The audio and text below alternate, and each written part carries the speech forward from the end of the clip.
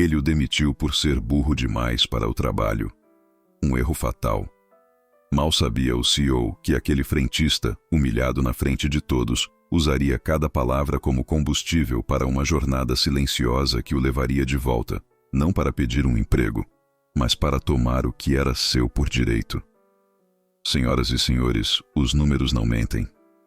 A voz de Arthur Sampaio era como veludo polido, preenchendo cada canto da luxuosa sala do conselho. Ele se movia com a confiança de um predador no topo da cadeia alimentar.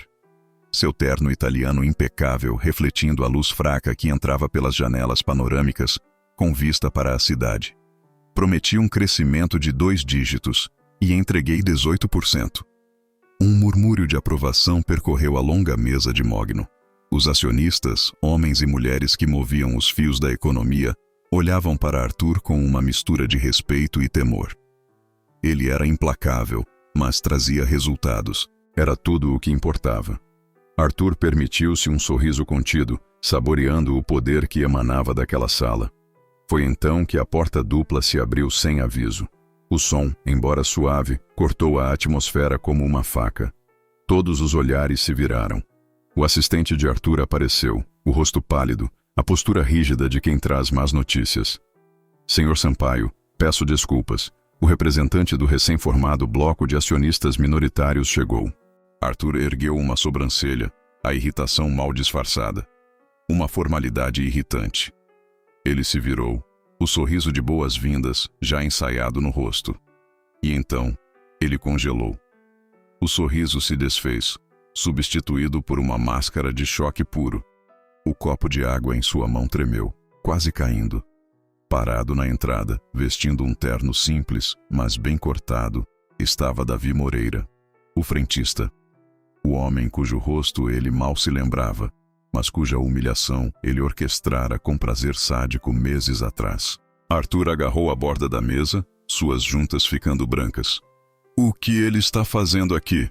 Ele sibilou para o assistente, a voz baixa e cheia de veneno. "Isso é algum tipo de piada? Tire-o daqui. Agora." Mas Davi não se moveu. Seus olhos, antes assustados e submissos no posto de gasolina, agora eram firmes, serenos, e carregavam o peso de uma longa jornada. Eles se fixaram em Arthur, atravessando a sala e o tempo. Como aquele homem que ele descartou como lixo, estava agora no seu santuário. Essa história é um lembrete de que o mundo dá voltas. Para não perder o desfecho dessa vingança impressionante, inscreva-se agora e ative o sino. Você não vai se arrepender. O cheiro forte do café que um garçom servia na sala do conselho invadiu as narinas de Davi. Não era um café gourmet. Era um café forte, amargo, quase queimado. O mesmo cheiro da pequena loja de conveniência do posto de gasolina, o cheiro que ele sentia todos os dias antes do amanhecer. Aquele aroma foi a chave que girou a fechadura de sua memória, e a sala de reuniões luxuosa se dissolveu, transportando-o de volta para o dia que mudou tudo. A mente de Davi o levou para uma manhã ensolarada de sábado. O posto estava movimentado. Ele sorriu para uma senhora, Dona Elvira, enquanto calibrava os pneus de seu carro antigo. Prontinho, Dona Elvira. 28 libras, como a senhora gosta. Ela lhe deu um sorriso genuíno, um que aquecia o peito. Você é um bom menino, Davi. Sempre tão cuidadoso. Ele sentiu uma pontada de orgulho. Era um trabalho simples, mas ele o fazia com honestidade e dedicação. Ele acreditava que fazer o certo, não importava onde, era o que definia um homem. Ele observou o carro dela se afastar, sentindo a satisfação de um trabalho bem feito, por menor que fosse.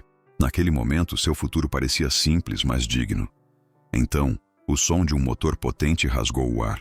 Uma BMW preta, reluzente, parou bruscamente ao lado da bomba de combustível premium. Arthur Sampaio desceu, já falando alto ao celular, impaciente. Ele mal olhou para Davi, apenas estendeu um cartão de crédito. Completa e rápido. Davi começou o abastecimento, mas o bico da bomba, um pouco desgastado, não travou corretamente e uma pequena quantidade de gasolina respingou na lataria. Foi um pingo, quase imperceptível. Mas Arthur viu. Ele encerrou a ligação abruptamente. Você é idiota ou o quê? Olha o que você fez! Sabe quanto custa a pintura deste carro? Ele gritou, atraindo a atenção de outros clientes. Eu não tenho tempo para lidar com gente incompetente como você. Você é burro demais para um trabalho tão simples. As palavras atingiram Davi como pedras. Uma hora depois, o gerente do posto o chamou para o pequeno escritório. Ele não conseguia olhar Davi nos olhos. Davi, eu sinto muito. O Sr. Sampaio ligou. Ele disse que se você estivesse aqui quando ele voltasse, ele levaria a frota inteira da empresa dele para o concorrente. O gerente suspirou, derrotado. Eu não posso arriscar. Você entende, não é? Davi não disse nada. Ele apenas pegou seu aviso de demissão, o papel tremendo em suas mãos. Sozinho, no vestiário, ele olhou para seu reflexo no espelho rachado. A humilhação queimava em seu rosto, mas por baixo da vergonha, uma chama fria e dura começou a se acender. Ele não iria esquecer. Ele não iria perdoar. Ele iria mudar o jogo. O som de uma xícara de porcelana batendo com força no pires trouxe Davi de volta ao presente. Foi Arthur que o encarava do outro lado da mesa, o rosto uma máscara de fúria contida. A voz de um dos membros mais velhos do conselho cortou a tensão. Senhor Sampaio, o senhor parece perturbado. Por acaso conhece o senhor Moreira? Arthur forçou um sorriso que não alcançou seus olhos. Conheço, de uma vida passada. Nos dias que se seguiram à demissão, o mundo de Davi encolheu para o tamanho de seu pequeno apartamento. O cheiro de gasolina foi substituído pelo cheiro de papel velho dos livros que ele passava as noites devorando. Livros sobre finanças, mercado de ações, estratégias de investimento. Ele não queria apenas um novo emprego. Ele queria entender a máquina que Arthur Sampaio operava com tanta arrogância. Ele queria falar a mesma língua. Durante o dia, a realidade era um soco no estômago. Ele enviou dezenas de currículos para vagas de assistente administrativo, estoquista, qualquer coisa que não envolvesse um bico de bomba. As respostas, quando vinham, eram sempre as mesmas. Falta de experiência na área. Buscamos um perfil com formação superior. Cada não era uma facada em sua confiança. Certa tarde, ele vestiu sua melhor camisa, uma que ele guardava para ocasiões especiais, e foi a uma feira de recrutamento no centro da cidade. Ele se aproximou do estande de uma corretora de investimentos, o coração batendo forte. Ele havia lido sobre eles, admirava suas análises. Com licença, disse ele a uma recrutadora. Eu tenho estudado o mercado por conta própria e... A mulher o mediu de cima a baixo, seu olhar profissional parando por um instante em suas mãos, ainda calejadas pelo trabalho manual. Qual sua formação? Ela perguntou, a voz polida, mas desinteressada. Eu não tenho faculdade, mas eu aprendo rápido. Eu entendo de análise fundamentalista. Ela o interrompeu com um sorriso ensaiado. Deixe seu currículo na caixa. Entraremos em contato. Davi sabia o que aquilo significava. Ele saiu da feira, o barulho das conversas animadas soando como zombaria. Ele caminhou sem rumo pelas ruas, o reflexo nos prédios espelhados mostrando um homem que não pertencia àquele mundo. Ele não queria vingança. Naquele momento, ele só queria uma chance, uma única porta aberta. Mas todas pareciam trancadas por um cadeado chamado qualificação, e a chave estava em um passado que ele não tinha. Davi percebeu que o caminho tradicional estava fechado. Se não podia entrar pela porta, ele teria que encontrar uma fresta na parede. Com as economias de uma vida inteira, um pequeno montante que ele guardava religiosamente, ele decidiu fazer seu primeiro movimento. Ele passou semanas pesquisando, não as gigantes da bolsa, mas as pequenas, as startups com potencial de disrupção. Ele encontrou a Inova Solar, uma pequena empresa de tecnologia que desenvolvia um novo tipo de painel solar de baixo custo. A paixão dos fundadores era contagiante. A tecnologia, promissora. Ele investiu tudo o que tinha, tornando-se um microacionista, invisível, mas cheio de esperança. Por alguns meses, a aposta pareceu dar certo. As ações da Inova Solar começaram a subir lentamente, e Davi sentia o gosto da primeira vitória. Ele acompanhava cada notícia, cada relatório, com o coração na mão. O que ele não sabia era que seu pequeno sucesso havia aparecido no radar de um tubarão. A Sampaio Holdings, o império de Arthur, estava diversificando para a energia limpa. Arthur não criava, ele absorvia. Ele viu o potencial da Inova Solar não como uma inovação a ser nutrida, mas como uma presa a ser devorada. Um dia, Davi acordou com uma notícia que gelou seu sangue. A Sampaio Holdings havia feito uma oferta hostil de aquisição. Arthur usou seu poder de mercado para derrubar o preço das ações, espalhando rumores sobre a instabilidade da startup. Pânico se instalou entre os pequenos investidores. Em menos de uma semana, ele comprou a Inova Solar por uma fração de seu valor real. Davi viu o valor de seu investimento, suas economias de uma vida, virar pó. Ele perdeu quase tudo. Ele ligou para a linha de apoio ao investidor da startup, sua voz desesperada. Mas como? A oferta foi tão baixa? A voz do outro lado era cansada, derrotada. Amigo, nós não tivemos escolha. Era aceitar ou ser esmagado. Bem-vindo ao mercado. A derrota foi devastadora. O silêncio em seu apartamento tornou-se ensurdecedor. Davi se olhou no espelho do banheiro. O mesmo espelho rachado do vestiário do posto. As palavras de Arthur ecoaram em sua mente, mais altas e cruéis do que nunca. Burro demais para um trabalho tão simples. A voz agora parecia a sua. Talvez Arthur estivesse certo. Quem era ele para achar que podia competir naquele mundo? Um ex-frentista com alguns livros e um sonho. Era patético. Ele havia sido arrogante em pensar que poderia mudar seu destino.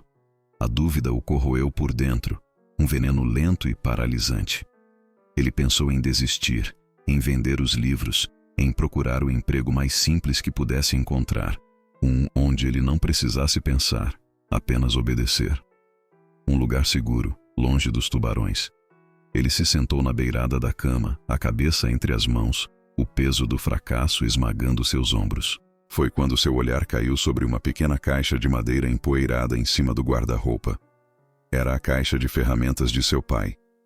Seu pai, um mecânico que passou a vida com graxa debaixo das unhas, mas com uma mente brilhante. Ele abriu a caixa. Dentro, junto com as ferramentas gastas, havia um pequeno caderno de anotações. Na primeira página, com a caligrafia caprichada de seu pai, estava escrito: As pessoas veem o carro, Davi. Você precisa ver o motor. Entenda como as coisas funcionam por dentro, e ninguém poderá te enganar por fora. Uma memória o atingiu com a força de um raio.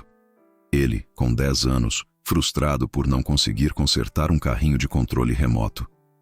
Seu pai se sentou ao seu lado, não para consertar para ele, mas para desmontar peça por peça, explicando a função de cada uma.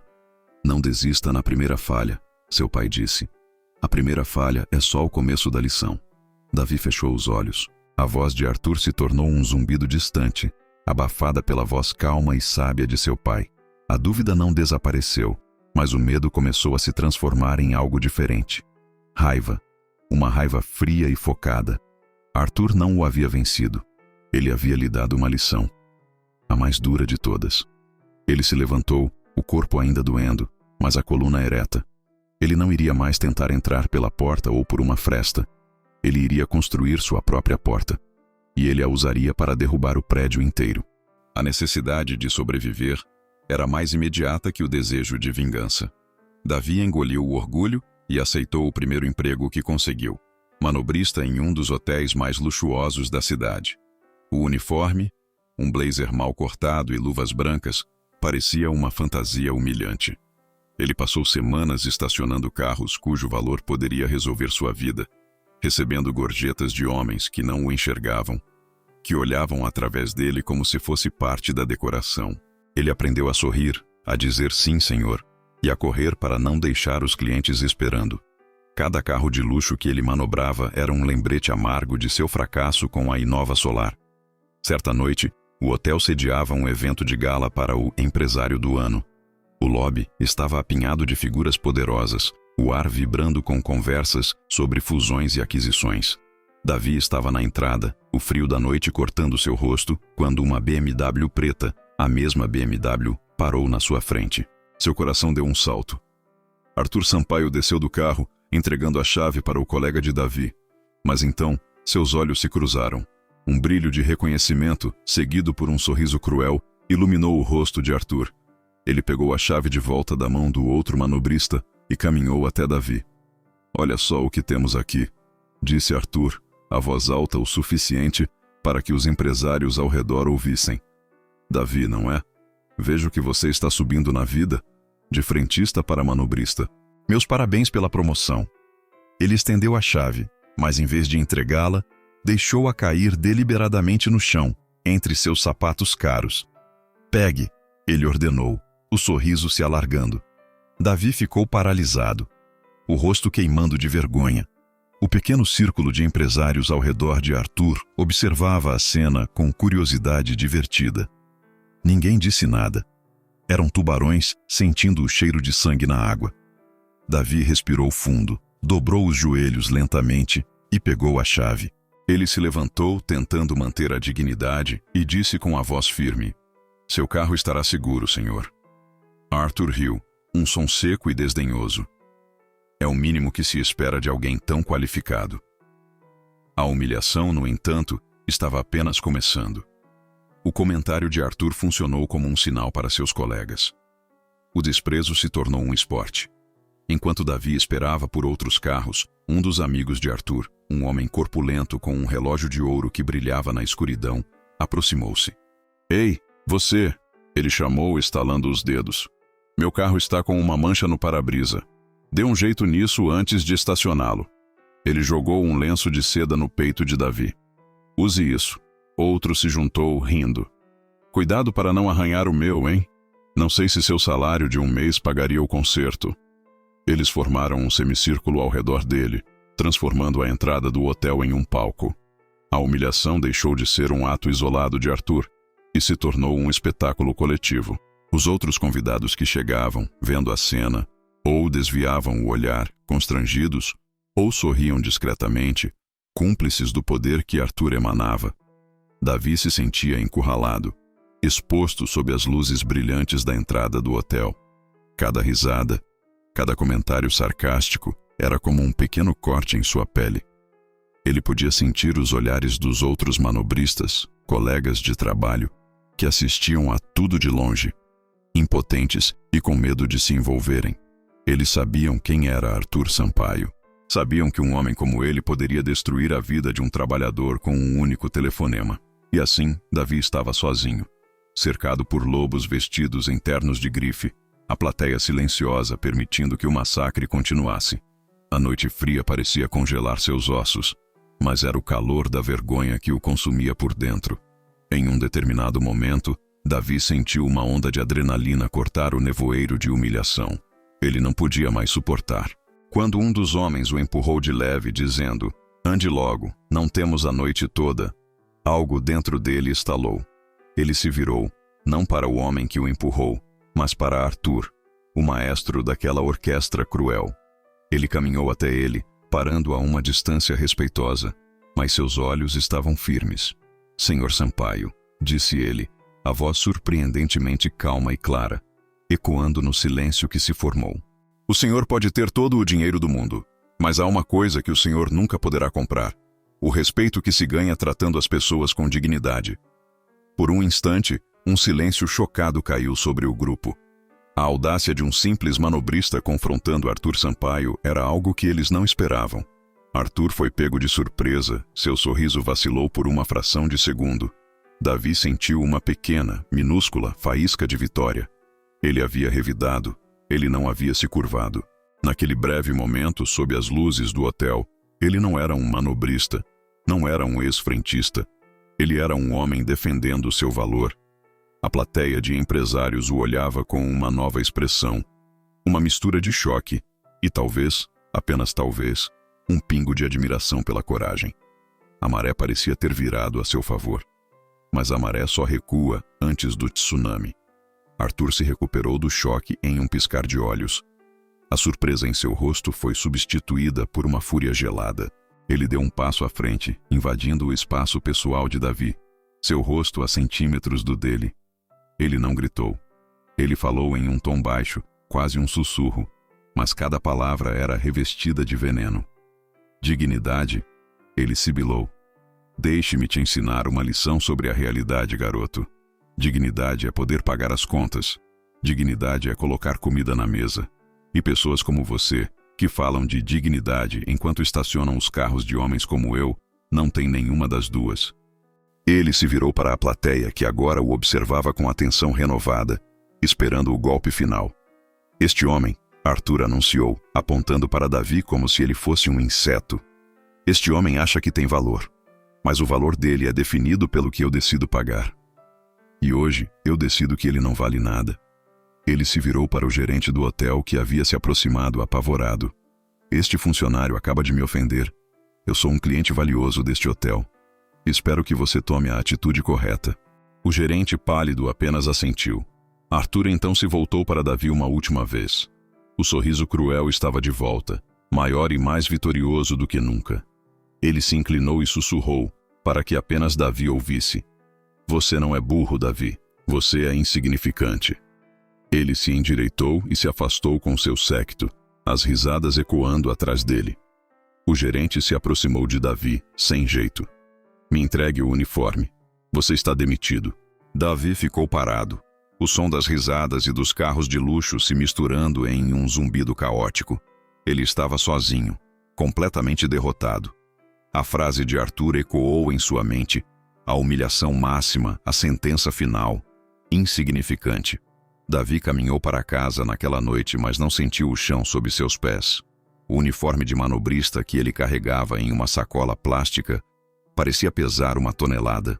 Cada passo ecoava a palavra final de Arthur. Insignificante. Ele entrou em seu apartamento e a escuridão o engoliu. Ele não se deu ao trabalho de acender a luz. Jogou a sacola no chão com um baque surdo e se arrastou até o sofá, onde desabou. O silêncio era um acusador. As paredes pareciam sussurrar seus fracassos. A demissão do posto, a perda de suas economias na Inova Solar e agora a humilhação pública. Arthur não estava apenas ganhando. Ele estava dançando sobre o túmulo das esperanças de Davi. Pela primeira vez, Davi considerou a desistência total, não apenas de lutar contra Arthur, mas de lutar pela vida. A ideia de se levantar no dia seguinte, de procurar outro emprego subalterno, de enfrentar mais olhares de pena ou desprezo, era fisicamente dolorosa. Talvez seu destino fosse aquele: ser um fantasma, uma nota de rodapé na história de homens como Arthur Sampaio. Ele fechou os olhos, exausto. A imagem de seu pai veio à mente, não a do homem sábio e forte, mas a imagem dele no final da vida, cansado, as mãos tremendo de Parkinson, mas ainda tentando consertar um velho rádio na cozinha. A frustração em seu rosto, mas a recusa em se render. A memória era dolorosa demais. Davi se levantou cambaleando e foi até o guarda-roupa. Ele precisava jogar fora qualquer coisa que o lembrasse do passado.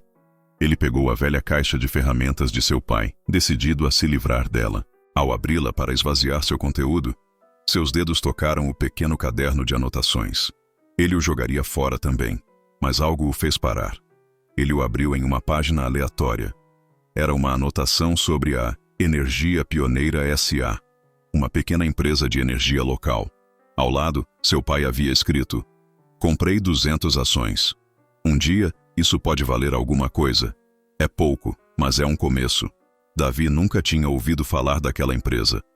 Movido por um último pingo de curiosidade, ele pegou seu notebook, a tela rachada, iluminando seu rosto cansado. Ele digitou o nome da empresa no buscador. O que ele descobriu o fez sentar-se abruptamente. A Energia Pioneira S.A. não existia mais. Havia sido uma das primeiras aquisições da Sampaio Holdings, há mais de 20 anos.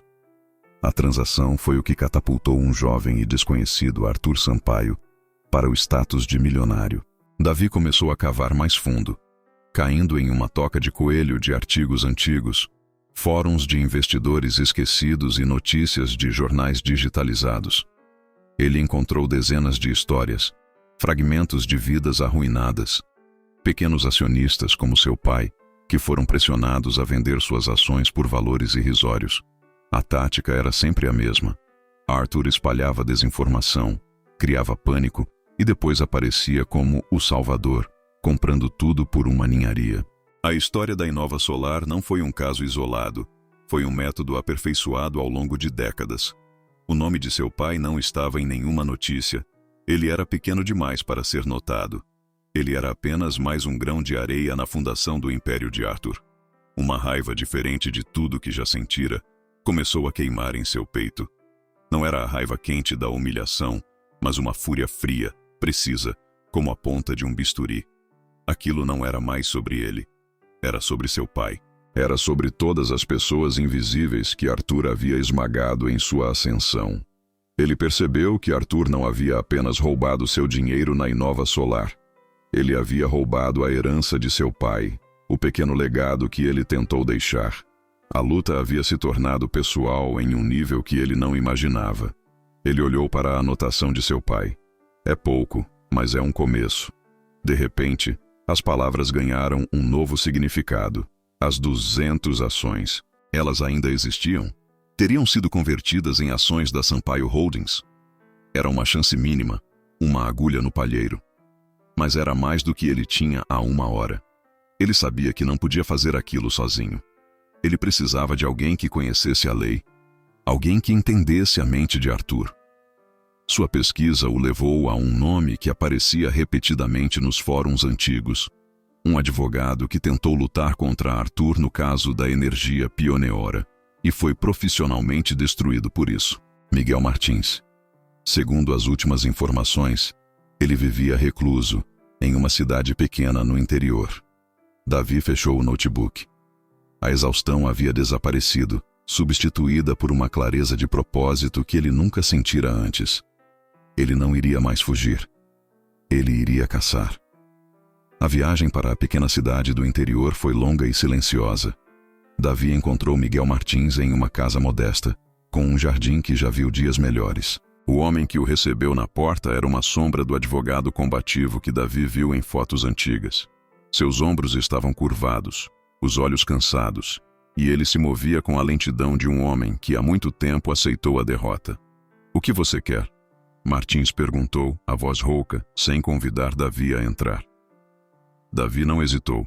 "Eu quero sua ajuda para derrubar Arthur Sampaio." Martins soltou uma risada curta e amarga. "Garoto, entre na fila. Uma fila que tem 20 anos e não anda 1 centímetro. Vá para casa. Você não sabe com quem está lidando." Ele começou a fechar a porta, mas Davi a segurou com o pé. "Meu pai era acionista da Energia Pioneira S.A., disse Davi, e o nome da empresa fez Martins parar. Ele deixou 200 ações. Eu acho que Arthur o fraudou, assim como fraudou todos os outros." Ele estendeu o velho caderno de anotações do pai. Martins olhou para a caligrafia, para a anotação simples, e algo em seu olhar mudou. A apatia deu lugar a um brilho de interesse. Ele pegou o caderno, seus dedos traçando as palavras. "Eu me lembro disso", ele sussurrou. "Lembro dos nomes, das famílias. Ninguém nunca conseguiu provar nada." Ele finalmente olhou para Davi, realmente o vendo pela primeira vez. Ele viu a mesma chama que um dia ardeu dentro dele. "Entra", disse Martins abrindo a porta. "Me conte tudo." A sala estava cheia de caixas de arquivos, um mausoléu de casos perdidos. Davi contou sua história, desde o posto de gasolina até a humilhação no hotel. Martins ouviu em silêncio, e ao final, um sorriso sombrio surgiu em seus lábios. Arthur não mudou nada. A mesma arrogância, a mesma crueldade. Ele sempre deixa um rastro, porque se acha intocável. Ele se levantou e foi até uma das caixas, soprando a poeira. Ele te destruiu por prazer, e esse é o erro dele. Ele tirou um maço de documentos amarelados. Vamos ver se essa sua herança pode comprar um ingresso para o show final. Vamos destruí-lo. Não, os dias seguintes foram uma imersão total no passado. O escritório improvisado de Martins ganhou vida. Mapas de conexões foram desenhados na parede, ligando nomes, empresas e datas. A primeira grande revelação veio de uma análise minuciosa dos registros da aquisição da energia pioneira. Martins, com sua experiência, identificou uma brecha. Olha aqui, Davi. As ações do seu pai não foram simplesmente compradas. Elas foram convertidas em ações da Sampaio Holdings, mas em uma classe especial, sem direito a voto e com dividendos irrisórios. Foi uma manobra para diluir os acionistas minoritários, até que eles se tornassem pó estatístico. Legalmente você ainda é um sócio microscópico, mas um sócio. A raiva em Davi começou a se transformar em um foco gelado. Não era mais apenas uma questão de justiça para seu pai, mas uma questão de direito. Ele era dono de uma parte, por menor que fosse, do império que o humilhou. Mas como usamos isso? Perguntou Davi. Sozinhos, não somos nada, respondeu Martins. Mas Arthur não destruiu apenas uma pessoa. Ele destruiu centenas. Precisamos encontrá-las. Eles começaram uma busca incansável, usando os velhos contatos de Martins e a habilidade de Davi com a internet. Eles encontraram outros filhos e netos de acionistas da energia pioneira. Muitos haviam esquecido, outros tinham medo. Mas Davi, com sua própria história de humilhação, conseguiu se conectar com eles. Ele não falava como um advogado, mas como uma vítima. A cada pessoa que se juntava à causa, o pequeno bloco de ações de Davi crescia. A raiva que antes o isolava, agora o conectava a uma comunidade de lesados. O plano começou a se formar. Eles não iriam processar Arthur. Isso levaria anos e ele os esmagaria com seu exército de advogados. Eles iriam usar a única linguagem que ele entendia: poder. Eles iriam unir suas ações e exigir um assento no conselho de administração. A peça que faltava, a prova decisiva, veio de uma fonte inesperada. Martins recebeu uma ligação de um número desconhecido. Do outro lado da linha, uma voz nervosa se identificou como Carlos, o ex-diretor financeiro da Sampaio Holdings. Eu ouvi o que vocês estão fazendo, disse ele. Eu trabalhei para Arthur por 15 anos. Eu sei onde todos os corpos estão enterrados. Carlos havia sido demitido meses antes, substituído por alguém mais jovem e mais submisso. Ele guardava um rancor silencioso e, mais importante, cópias de documentos que provavam as manobras ilegais de Arthur, não apenas na energia pioneira, mas em várias outras aquisições, incluindo a da Inova Solar. Era o momento Eureka. Eles não tinham apenas uma reivindicação moral. Eles tinham a arma fumegante. Com as provas de Carlos e o bloco de ações que haviam reunido, eles tinham poder de fogo suficiente para causar um dano real. A estratégia foi definida. Eles iriam convocar uma assembleia de acionistas e usar as provas para nomear Davi para o conselho. Seria um cavalo de Troia. Uma vez lá dentro, Davi poderia expor tudo. O palco para a revelação seria a reunião anual de acionistas, o evento onde Arthur sempre se coroava rei. É o lugar perfeito, disse Martins, os olhos brilhando com uma energia que Davi não via desde que chegou. Vamos humilhá-lo em seu próprio teatro. Eles prepararam o dossiê, cada página uma pá de terra na cova que estavam cavando para Arthur Sampaio. A uma semana da reunião anual, o plano quase desmoronou. Arthur, sentindo uma movimentação estranha entre os acionistas minoritários, ficou desconfiado. Ele não sabia dos detalhes, mas seu instinto de predador apitou. Ele convocou uma reunião extraordinária do conselho para aprovar uma nova emissão de ações, uma manobra que diluiria ainda mais o poder dos minoritários e tornaria o bloco de Davi e Martins inútil. O pânico se instalou. Ele sabe. De alguma forma, ele sabe, disse Davi, andando de um lado para o outro no escritório de Martins. Acabou. Martins, no entanto, permaneceu calmo. Ele não sabe de nada. Ele só está marcando território. Vamos usar isso a nosso favor. Na noite anterior à reunião extraordinária de Arthur, Carlos, o ex-diretor, ligou, a voz trêmula. Eu não posso fazer isso. Arthur me ligou. Ele me ofereceu um acordo de consultoria, uma fortuna. Ele disse que ouviu meu nome em alguns círculos hostis e queria me trazer de volta para o lado dele. Foi um aviso. O testemunho de Carlos era a espinha dorsal do plano. Sem ele, as provas documentais poderiam ser contestadas. A tensão era insuportável. Davi sentiu o gosto amargo da derrota mais uma vez. Mas Martins pegou o telefone. Carlos, disse ele, a voz firme. Lembre-se do que ele te fez. Lembre-se de como ele te descartou depois de 15 anos. Esse dinheiro que ele te oferece é apenas mais uma corrente. A liberdade não tem preço. Houve um longo silêncio do outro lado da linha. Finalmente, Carlos suspirou. Me encontrem na entrada do prédio amanhã, 1 minuto antes da reunião. Eles não sabiam se ele apareceria. Tudo dependia daquele momento. Na manhã seguinte, Davi vestiu o terno mais caro que pôde comprar, com o pouco dinheiro que lhe restava. Ao lado de Martins, ele caminhou em direção ao imponente prédio da Sampaio Holdings. Era agora ou nunca.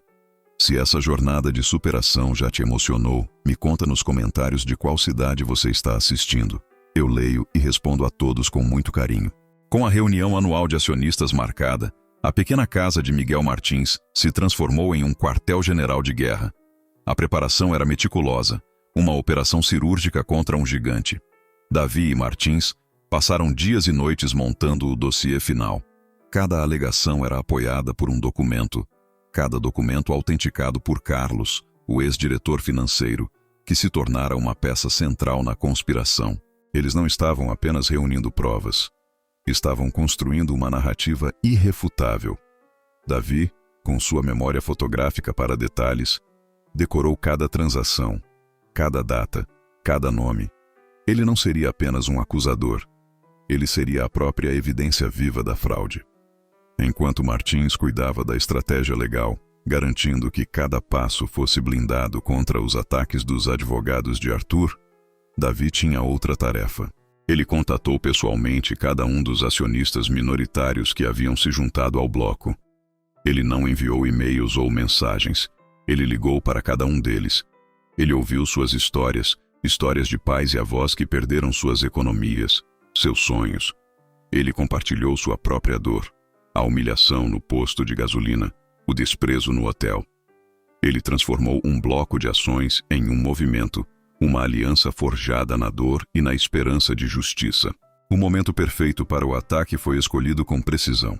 Eles não iriam interromper o início da reunião.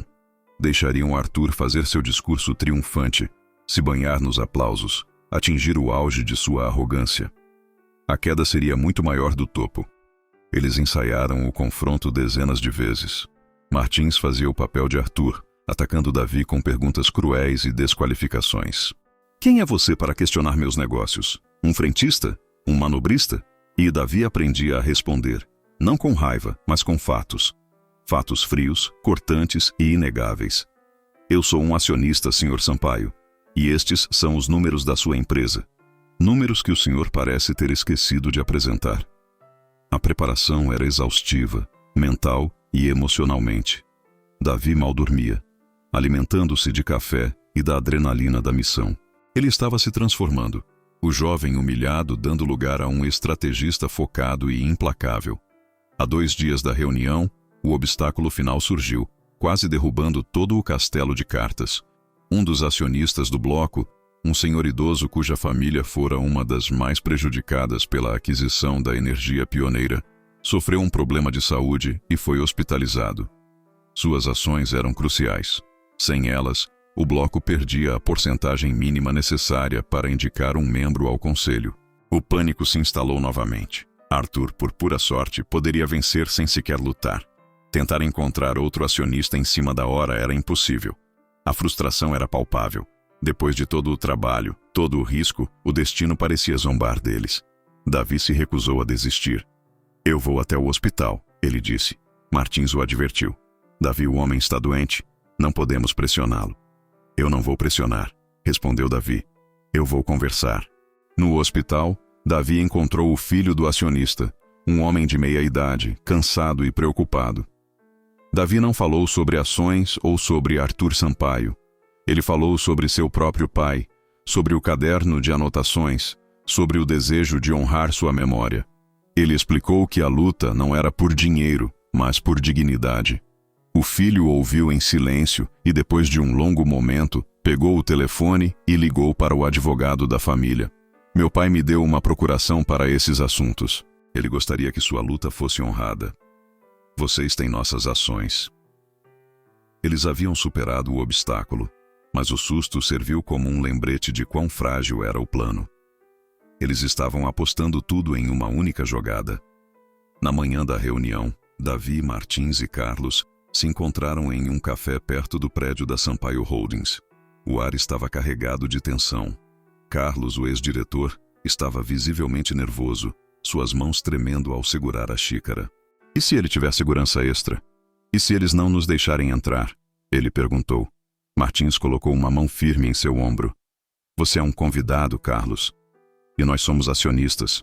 Temos todo o direito de estar lá. Davi estava surpreendentemente calmo. Ele passou a noite em claro, não por ansiedade, mas repassando cada detalhe, cada número, cada possível pergunta. Ele estava pronto. Ao se levantarem para sair, ele olhou para seus dois aliados, dois homens quebrados pelo mesmo sistema que ele pretendia derrubar. Vamos terminar o que vocês começaram há 20 anos, disse Davi. Juntos, os três caminharam em direção à entrada do arranha-céu de vidro e aço, o coração do Império de Arthur. A armadilha estava montada. A cena retorna à sala do conselho, momentos após a chegada de Davi. O choque inicial de Arthur Sampaio rapidamente se transforma em uma fúria fria e controlada. Ele se recompõe, ajeita o nó da gravata e solta uma risada condescendente que ecoa pela sala silenciosa. Ele se vira para os outros membros do conselho, abrindo os braços em um gesto de incredulidade teatral. Senhoras e senhores, peço desculpas por esta interrupção. Parece que nosso sistema de segurança teve uma falha e permitiu a entrada de um entregador no andar errado. Ele olha para Davi com um desprezo que poderia congelar o inferno. Mas já que ele está aqui, permitam-me esclarecer.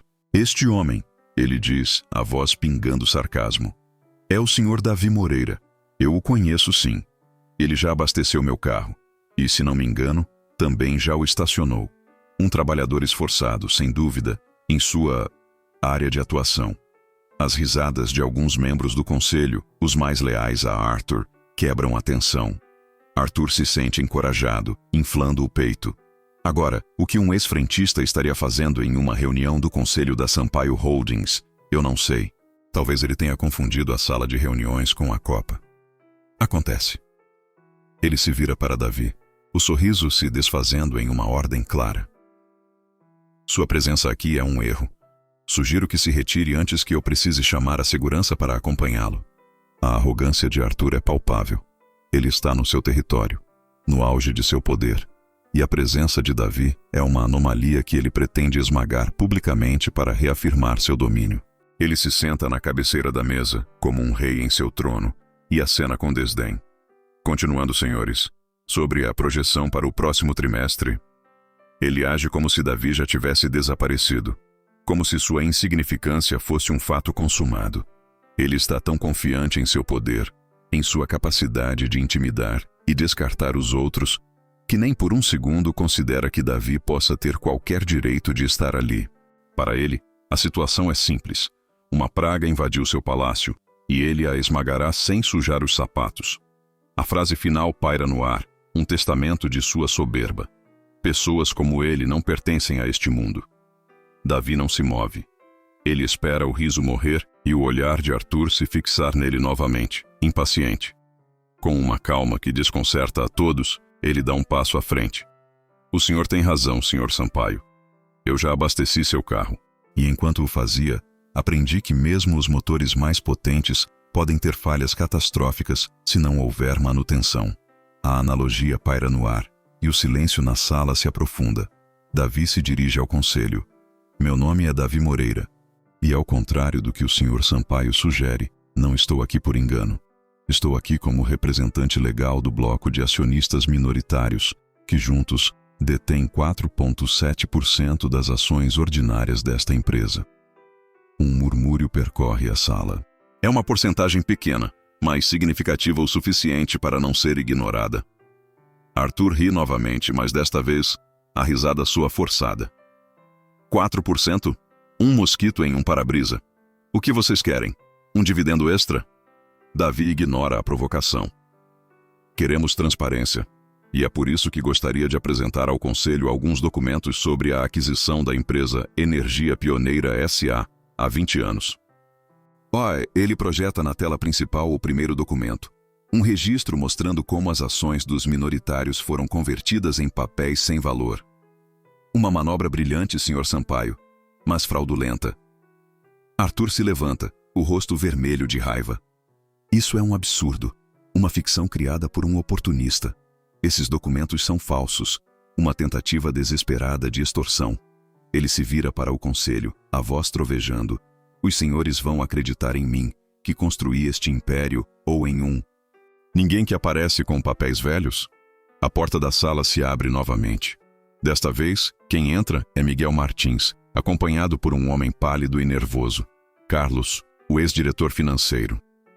Eles não são falsos, Arthur, diz Carlos, a voz trêmula, mas audível. Eu sei, porque fui eu quem os redigiu, sob suas ordens. O queixo de Arthur cai. A traição é um golpe visível. Carlos, o que você está fazendo? Eles te compraram? Não, responde Carlos, ganhando força. Eles me lembraram do que é ter uma consciência. Ele entrega a Martins uma pasta. E esta não é a única fraude. Martins avança e coloca a pasta na mesa. Aqui, senhores, estão as provas de manipulação de mercado na aquisição da Inova Solar e de mais 3 outras empresas. Um padrão de 20 anos de enriquecimento ilícito, construído sobre a ruína de pequenos investidores. Davi dá o golpe final, sua voz cortando o ar, incluindo meu pai, um dos acionistas originais da energia pioneira. O senhor não construiu um império, Sr. Sampaio. O senhor o roubou, pedaço por pedaço. O rosto de Arthur Sampaio, antes um retrato de poder e arrogância, começa a rachar. O silêncio que se seguiu à acusação de Davi foi diferente de todos os outros. Não era um silêncio de respeito ou medo, mas um silêncio pesado, denso, carregado de choque e reavaliação. Os membros do conselho, antes monolíticos em seu apoio a Arthur, agora trocavam olhares furtivos. A máscara de indiferença de seus rostos começou a derreter, revelando homens e mulheres calculistas que, acima de tudo, sabiam reconhecer o cheiro de um navio afundando. O primeiro a se mover foi um senhor de cabelos brancos, o membro mais antigo do conselho, conhecido por sua prudência. Ele estendeu a mão em direção à pasta que Martins havia colocado na mesa. Eu gostaria de ver esses documentos, disse ele, a voz neutra. Mas a ação em si foi um terremoto. Foi a primeira rachadura na barragem. Outro membro, uma mulher que sempre fora uma das maiores defensoras de Arthur, pegou seu tablet e começou a digitar furiosamente, sem dúvida buscando notícias sobre as aquisições mencionadas. O murmúrio começou baixo, um zumbido de abelhas, e rapidamente cresceu em volume. Inova Solar. Eu me lembro desse caso. Sempre achei aquela aquisição rápida demais. Se isso for verdade, estamos expostos a processos judiciais massivos. Os aliados mais próximos de Arthur, que riram de Davi minutos antes, agora se encolhiam em suas cadeiras, evitando seu olhar desesperado. A lealdade, Davi percebeu, não era a Arthur, o homem, mas ao poder que ele representava. E esse poder estava se desintegrando em tempo real. A plateia havia virado. Eles não eram mais espectadores de uma humilhação, mas juízes em um tribunal improvisado. O olhar deles sobre Davi mudou. Não havia mais desprezo, mas uma curiosidade cautelosa, um respeito relutante pelo Davi, que havia orquestrado aquela queda com a precisão de um mestre de xadrez.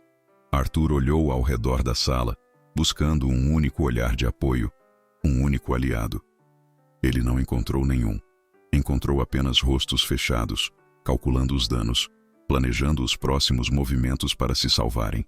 Ele estava sozinho, abandonado por aqueles que se banqueteavam em sua mesa. Em uma tentativa desesperada de recuperar o controle, ele bateu na mesa com o punho. Silêncio. Eu não vou admitir essa palhaçada. Isso é uma conspiração. Eles estão mentindo. Mas sua voz, antes um trovão que impunha ordem, agora soava como o grito estridente de um homem se afogando. Ninguém lhe deu atenção. Todos os olhos estavam nos papéis que começavam a circular pela mesa, a prova física de sua traição. A queda final de Arthur não foi um estrondo, mas um desmoronamento patético. Vendo que havia perdido o conselho, ele tentou um último recurso, uma cartada final que revelou seu desespero. Ele se virou para Davi, o ódio puro distorcendo seu rosto. Você. Ele cuspiu. Você acha que ganhou? Você não tem nada. Eu vou te processar até você não ter nem o chão para pisar. Vou destruir você e esse advogado de 5ª categoria. Era uma ameaça vazia, e todos na sala sabiam disso. Davi apenas o encarou, sem dizer uma palavra, deixando que o próprio Arthur se enforcasse com sua raiva. E então Arthur cometeu seu erro final. Ele se virou para Carlos. E você, seu traidor ingrato, eu te dei uma carreira. Eu te fiz. Você vai se arrepender do dia em que nasceu. Nesse momento, Carlos, que até então estava em segundo plano, deu um passo à frente, a voz finalmente firme. Você não me fez, Arthur. Eu trabalhei para você. E enquanto trabalhava, eu fiz cópias de tudo. Incluindo os e-mails em que você me dava ordens explícitas para sufocar os acionistas da energia pioneira até que eles vendessem por migalhas.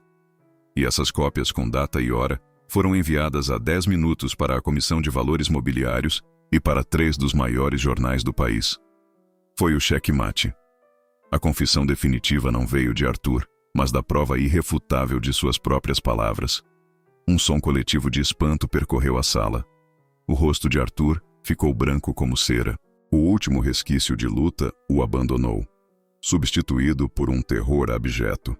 Ele olhou para a porta, como um animal enjaulado procurando uma rota de fuga. O membro mais antigo do conselho pigarreou. Senhor Sampaio, creio que sua presença não é mais necessária. A segurança irá acompanhá-lo para fora.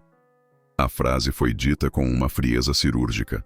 2 seguranças que haviam sido chamados discretamente entraram na sala. Eles se aproximaram de Arthur, que não ofereceu resistência. Ele era uma casca vazia. Enquanto eles o escoltavam para fora, seu olhar cruzou com o de Davi uma última vez. Não havia ódio, não havia raiva. Apenas o vazio de um homem que havia perdido tudo. Davi não celebrou. Ele não sorriu. Ele apenas respirou fundo, o peso de meses de luta finalmente começando a se dissipar. Ele observou a porta se fechar, deixando para trás um silêncio profundo, o silêncio que precede uma nova era. A batalha havia acabado. No silêncio que se seguiu à saída de Arthur, o ar na sala do conselho permaneceu pesado. Davi continuou de pé, o corpo ainda tenso pela adrenalina da batalha. Ele não sentia a euforia da vitória, mas um estranho vazio, a calmaria que se instala após a passagem de um furacão. Miguel Martins se aproximou e colocou uma mão firme em seu ombro, um gesto silencioso de reconhecimento e orgulho. O membro mais antigo do conselho, que agora ocupava a cabeceira da mesa, olhou para Davi com um novo respeito. Senhor Moreira, disse ele, a voz formal, mas desprovida da arrogância anterior. O conselho tem muito a discutir e a agradecer. Gostaríamos que o senhor se sentasse à mesa. Era o convite para o mundo que um dia o rejeitou. Davi assentiu, mas não se moveu em direção à cadeira. Ele se virou para Martins e Carlos. Nós conseguimos. Ele sussurrou, as palavras mais para si mesmo do que para eles. Carlos, o ex-diretor, ainda parecia em choque, mas um pequeno sorriso de alívio brotou em seus lábios. Nós conseguimos. Ele repetiu. Davi não queria ficar para a autópsia do império de Arthur. Sua parte estava feita. Ele apertou a mão de Martins, um aperto que selava o fim de uma jornada e o pagamento de uma dívida de 20 anos. Ele acenou para Carlos e, sem olhar para trás, caminhou para fora da sala do conselho. Ele passou pelos corredores luxuosos, o carpete abafando seus passos. Ninguém o parou. Os funcionários que antes o olhariam com desdém, agora desviavam o olhar. Alguns com medo, outros com uma curiosidade culpada. Ele não se sentia poderoso. Ele se sentia livre. Ao sair do prédio e ser atingido pela luz do sol, ele respirou fundo o ar da cidade. Um ar que agora parecia mais limpo, mais leve. A guerra havia acabado. Semanas depois, o contraste entre as duas realidades era gritante. Uma pequena nota na seção de economia de um jornal mostrava uma foto de Arthur Sampaio saindo de um tribunal. O rosto inchado, o terno caro amassado. Ele parecia 10 anos mais velho. A legenda informava sobre o congelamento de seus bens e os múltiplos processos que ele enfrentava por fraude e manipulação de mercado. Seu império, construído sobre a ruína de outros, havia implodido, deixando apenas poeira e litígios. A nota era curta, quase uma nota de rodapé. O mundo dos negócios já o havia esquecido, passando para a próxima grande história. Em um pequeno escritório alugado a quilômetros de distância do distrito financeiro, Davi estava debruçado sobre uma pilha de planilhas. Ele não havia assumido o lugar de Arthur. Ele recusou a oferta para se juntar ao conselho permanente da Sampaio Holdings. Em vez disso, com a ajuda de Martins, ele criou a Fundação Recomeço, uma organização dedicada a auditar as aquisições da antiga gestão e a usar os fundos recuperados para restituir os pequenos acionistas fraudados. Ele não era um CEO, ele era um reparador. Ele passava os dias no telefone, não com banqueiros, mas com filhos e netos de pessoas como seu pai, explicando o processo, devolvendo-lhes não apenas dinheiro, mas um pedaço de sua história roubada. O trabalho era lento, meticuloso e não tinha nenhum glamour. Mas cada família que ele ajudava, cada obrigado embargado que ele ouvia do outro lado da linha, era uma vitória mais significativa do que qualquer batalha em uma sala de conselho. Ele estava, à sua maneira, consertando os motores quebrados que Arthur havia deixado para trás. Certa tarde, a rotina do escritório foi quebrada. Um jovem, recém-contratado como assistente, entrou na sala de Davi para servir um café. Ele era jovem, nervoso, ansioso para agradar. Suas mãos tremeram e ele acabou derramando a xícara na mesa, o líquido escuro se espalhando perigosamente perto de uma pilha de documentos importantes. O rosto do rapaz ficou pálido de pavor. Meu Deus, me desculpe, senhor. Eu sinto muito. Eu limpo agora mesmo. Ele gaguejou, esperando uma explosão, uma demissão. A mesma fúria que ele provavelmente esperaria de um chefe em qualquer outro lugar. A cena era um espelho distorcido do passado de Davi. O café derramado, o medo nos olhos de um subalterno, a dinâmica de poder. Por um instante, a imagem de Arthur Sampaio gritando com ele no posto de gasolina brilhou em sua mente. Mas foi apenas um flash. Davi se levantou calmamente, pegou um pano em uma pequena copa e começou a ajudar o rapaz a secar a bagunça.